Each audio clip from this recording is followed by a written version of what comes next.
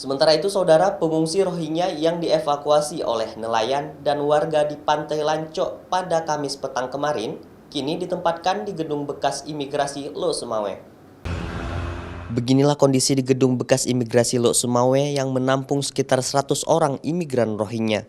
Di gedung ini, mereka juga ikut penerapan protokol kesehatan seperti menggunakan masker dan lainnya sesuai protokol pencegahan penularan COVID-19.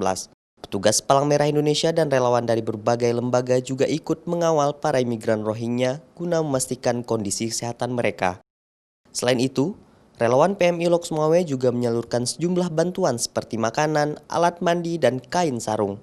Kita sudah coba memberikan bantuan dasar kepada mereka seperti hygiene kit, itu terdiri dari perlengkapan mandi, perlengkapan makan, terus sarung, terus sendal, dan kebutuhan-kebutuhan dasar lainnya. Kita juga masih menunggu keputusan ini bagaimana ke depannya, apakah akan dikelola di wilayah Aceh Utara atau akan tetap di wilayah Lok Sumawe. Di gedung tersebut, penjagaan petugas gabungan dari TNI Polri pun diperketat guna mencegah terjadinya hal-hal yang tidak diinginkan.